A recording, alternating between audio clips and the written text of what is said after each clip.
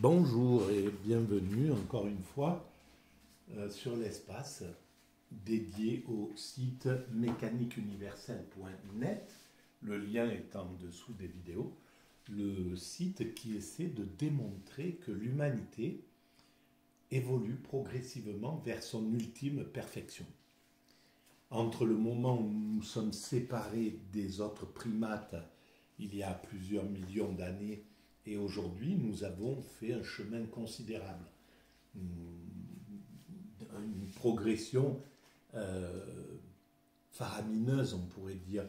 Voilà, maintenant, on a évolué jusqu'à chercher à comprendre cet univers, à aller à comprendre comment cette matière est créée, pourquoi il y a quelque chose plutôt que rien, toutes les grandes questions.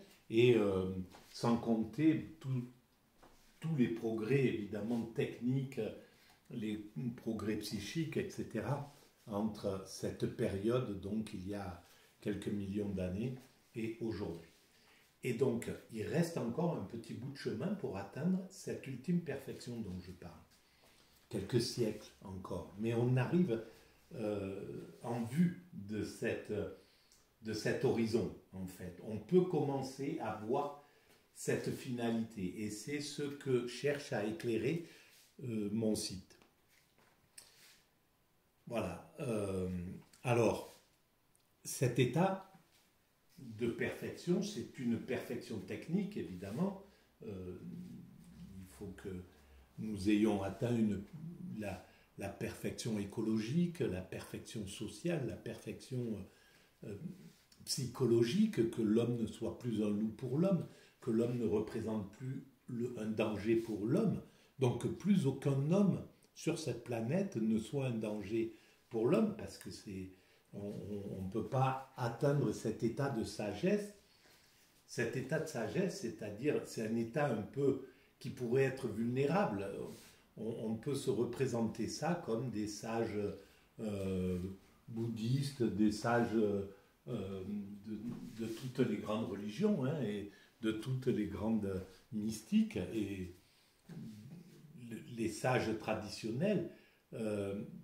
Dans cet état-là, évidemment, c'est un état qui est non combattant, non combatif, en somme, au sens propre du terme. Donc il faut évidemment que l'ensemble de l'humanité soit totalement apaisé. Et c'est ce que nous travaillons à faire.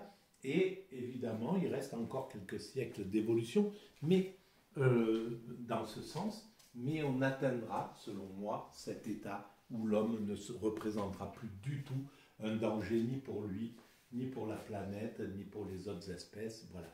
Il sera entièrement réconcilié et le monde sera finalisé.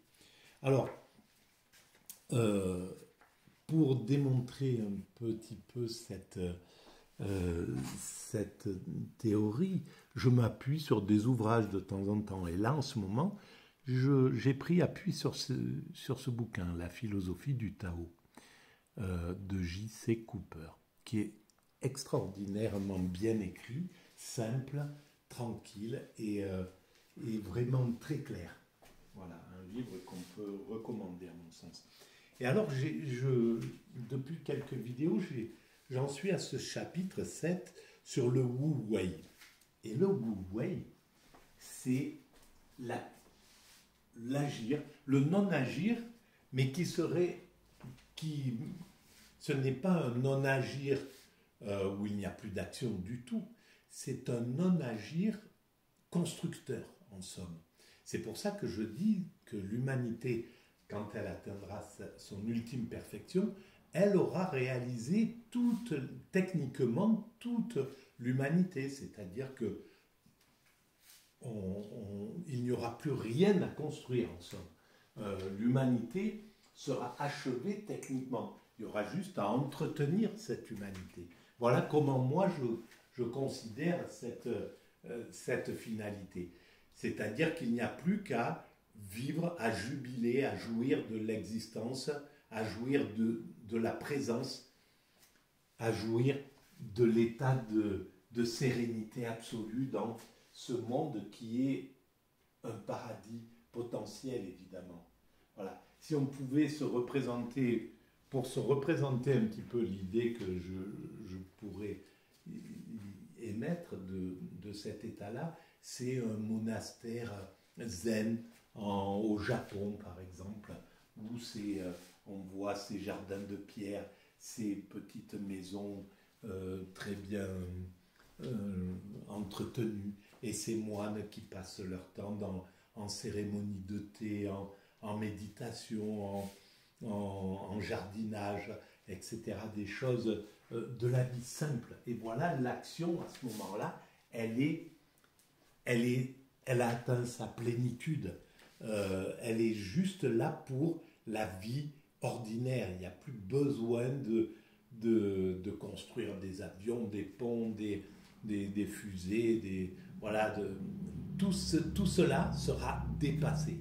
On aura dépassé ce moment où on a besoin, évidemment, c'est pour l'instant, on ne peut même pas se représenter ce temps-là, ce temps où l'action est arrivée à sa perfection, en somme, où chaque instant de sa vie, toutes les actions qui sont réalisées sont des actions parfaites, des actions spontanées, des actions intuitives qui ne demandent pas de se projeter vers le futur, vers l'avenir, etc., etc. C'est être dans l'immédiat, dans le présent absolu. Et voilà. Alors, je vais dire quelques petites introductions de ce que c'est que ce Wu Wei pour le taoïsme.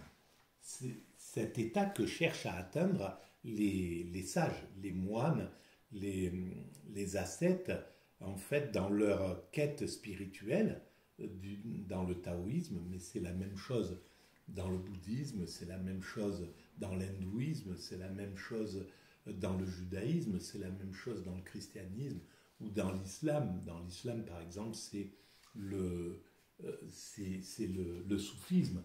C'est cette quête d'atteindre un état qui est un état de fusion avec le principe créateur, avec le divin. C'est pour ça qu'on recherche cette chose-là. Ce n'est pas simplement pour être en sérénité, etc. C'est pour être en fusion avec ce principe créateur.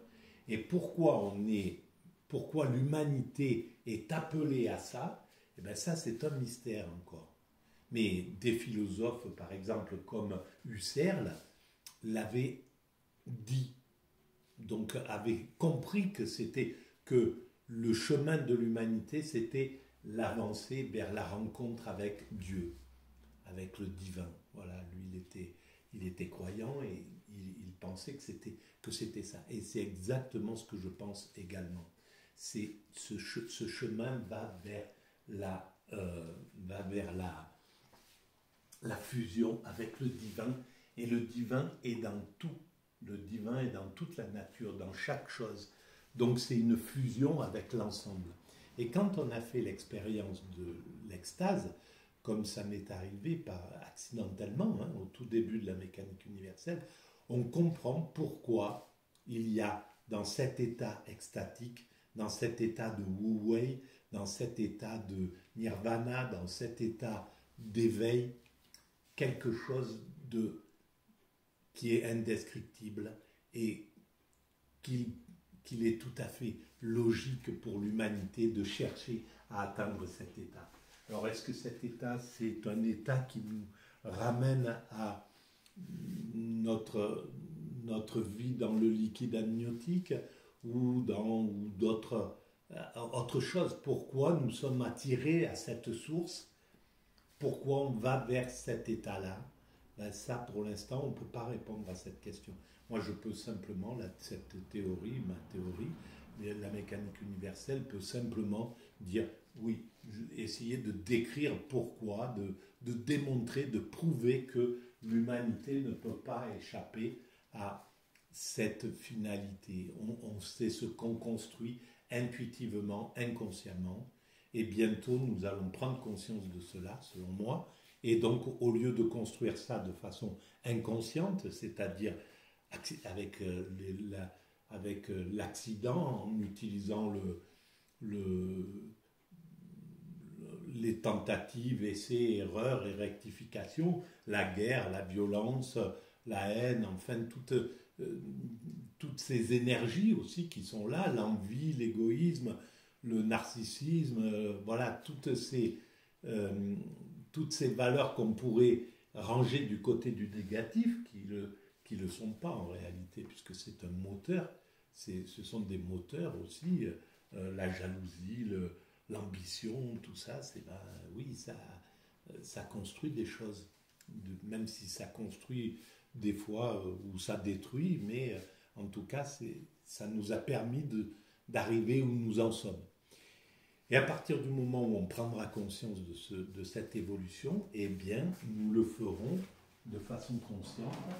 Et à ce moment-là, eh bien, on n'aura plus besoin d'utiliser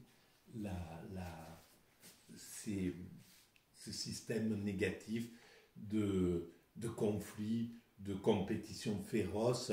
On travaillera en symbiose. L'humanité tout entière mettra entièrement son énergie pour cette cause commune, parce qu'on aura compris que la seule chose que nous réalisons, c'est cette cause commune, c'est cette finalité pour l'humanité tout entière. Donc c'est inutile de de croire qu'il vaut mieux travailler pour son pays, pour sa nation, pour son petit groupe, pour son village, pour sa tribu, pour sa communauté, pour son clan, sa famille. Voilà, tout ça, c'est secondaire. Donc, quand on aura compris que la chose la plus importante, c'est ce chemin pour l'humanité, c'est cette finalité, eh bien, on pourra travailler en symbiose. Et ça, c'est ce qui attend l'humanité dans peu de temps, à mon avis. C'est la première étape pour atteindre cette ultime perfection, qui, elle, viendra dans quelques siècles encore. Voilà, alors je vais lire quelques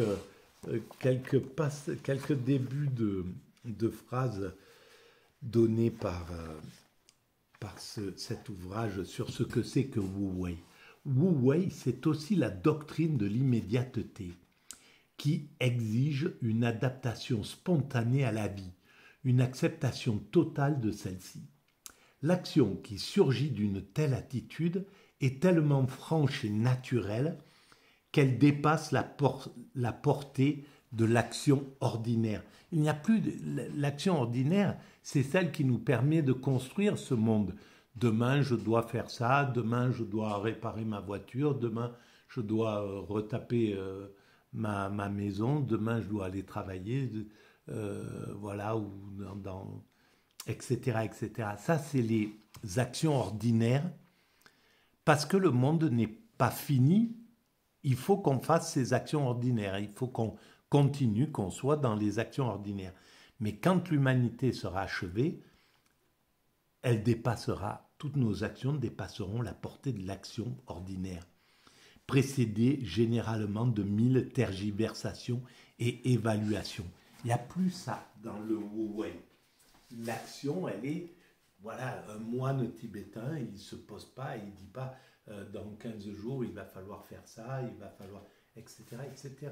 Il fait, il se lève, il sait ce qu'il y a à faire. Ils sont dans une sorte de spontanéité simple, quoi. Alors, le mouvement parfait est toujours spontané, à l'instar du mouvement cosmique lui-même. Donc, on est dans cet état de Wu Wei, donc quand l'humanité aura atteint sa perfection, on est dans le mouvement, on est au rythme du mouvement de la vie, de la Terre cosmique. Et quand j'ai fait cette expérience extatique, eh bien mes mouvements étaient d'une lenteur totale, d'un calme, d'une sérénité. Il n'y avait aucune agitation. Il n'y avait pas de cris, de bruit, voilà, je ne parlais pas comme je parle maintenant.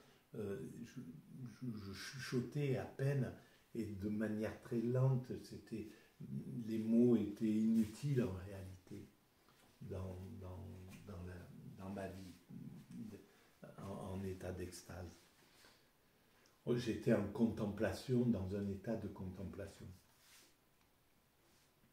Alors, lui-même, donc à l'instar du mouvement, le mouvement, il n'est soumis à aucun effort. Voilà.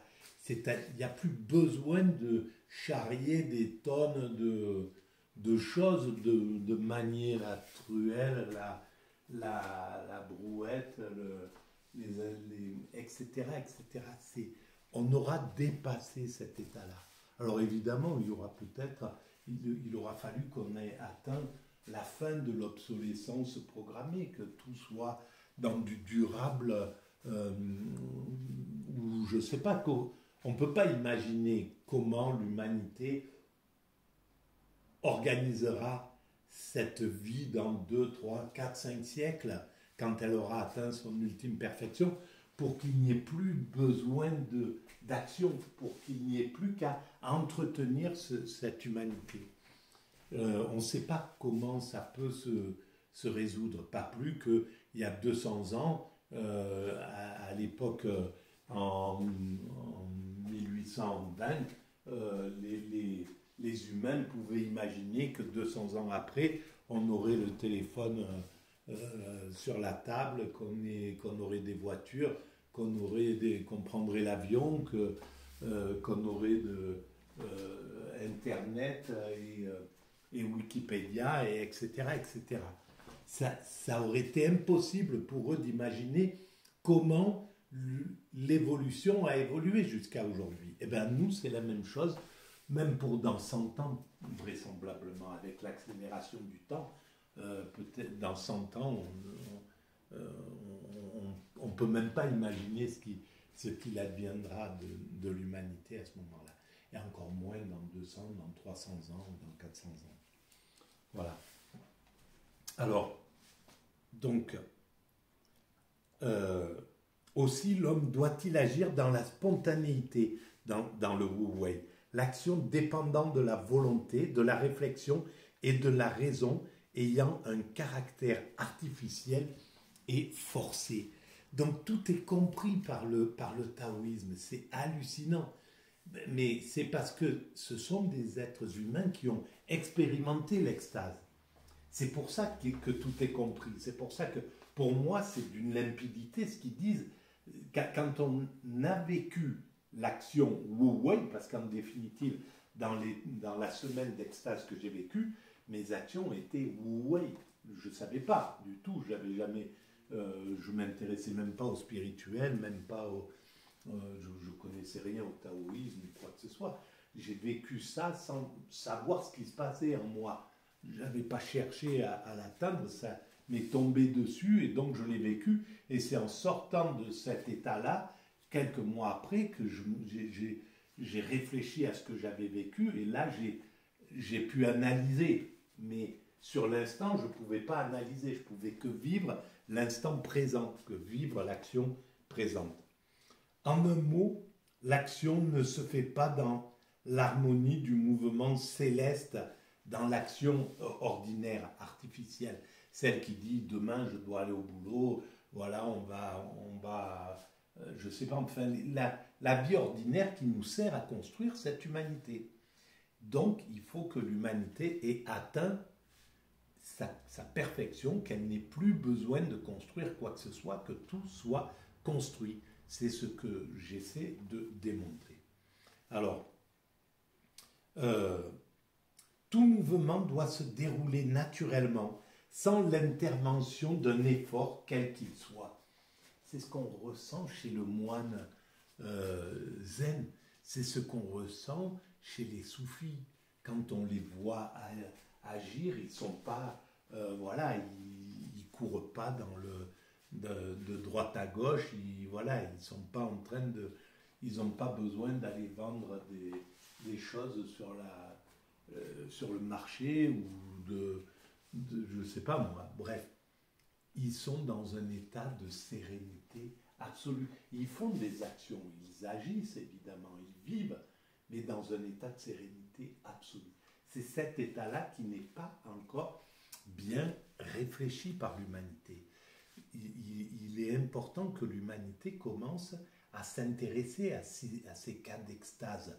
Ça commence un petit peu, mais que là, ça soit de plus en plus vraiment bien réfléchi, quoi, bien étudié, pour qu'on comprenne pourquoi on vit comme ça dans cet état-là. Ça fait plusieurs fois que je pense parce que des extatiques, il y en a, et malheureusement, on en retrouve peut-être dans ce qu'on appelle, peut-être certains sont placés dans des centres, des asiles, en somme.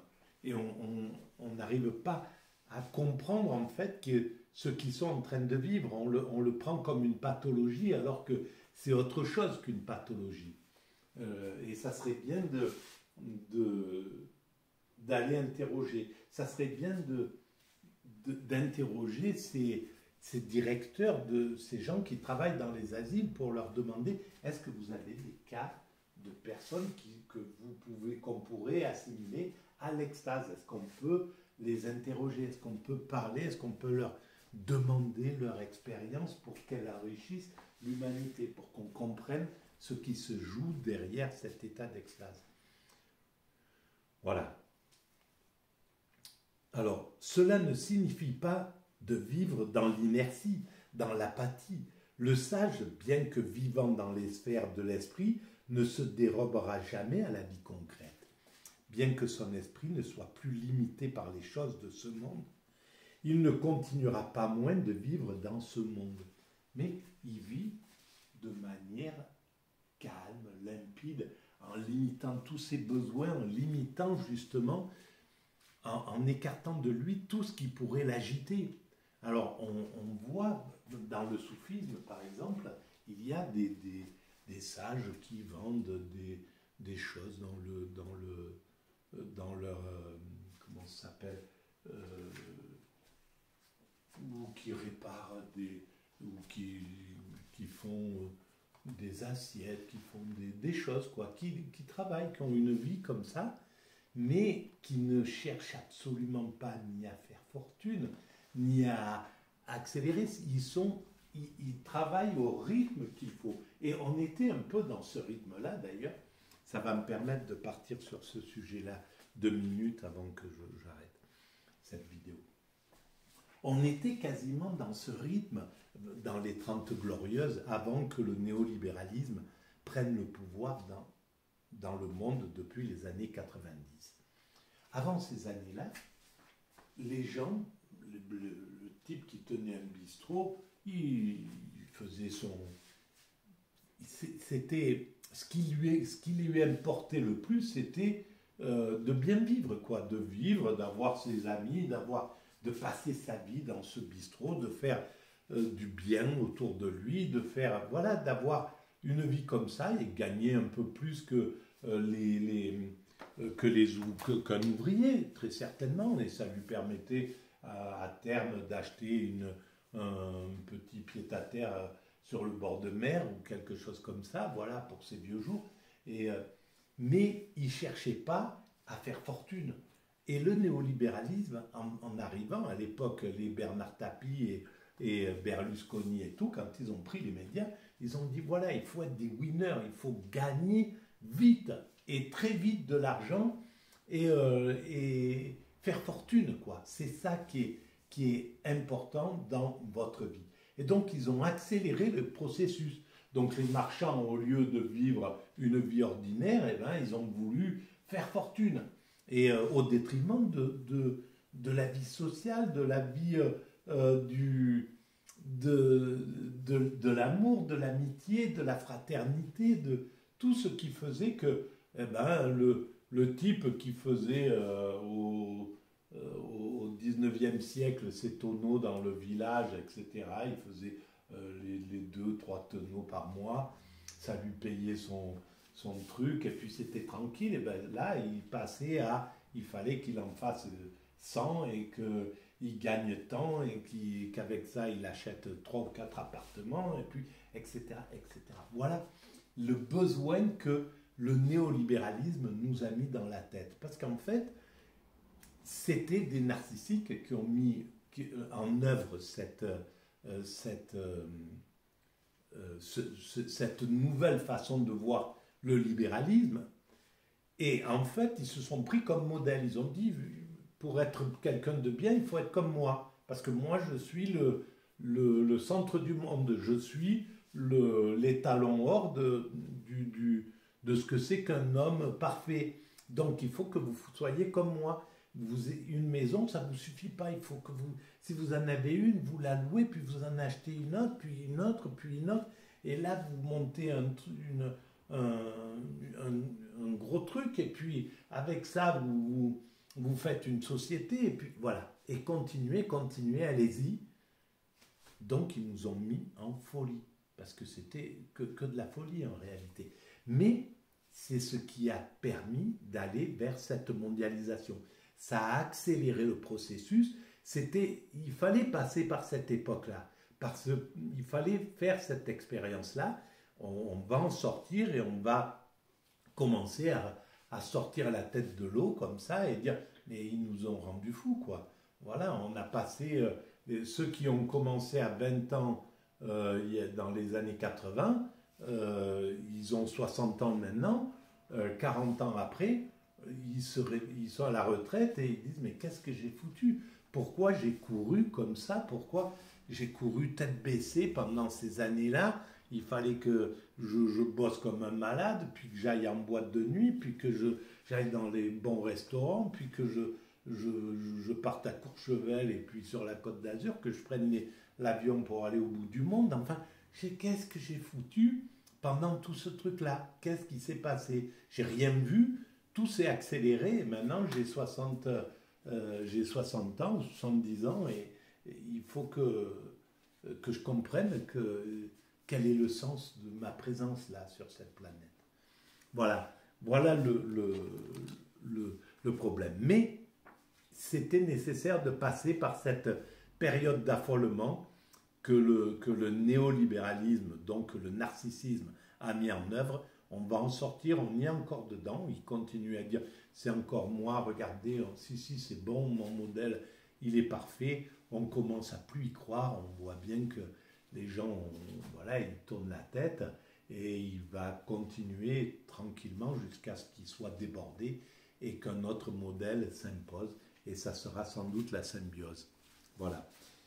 Voilà, eh bien, je voulais en lire un peu plus sur ce Wu Wei là, mais voilà, comme d'habitude, je dérive.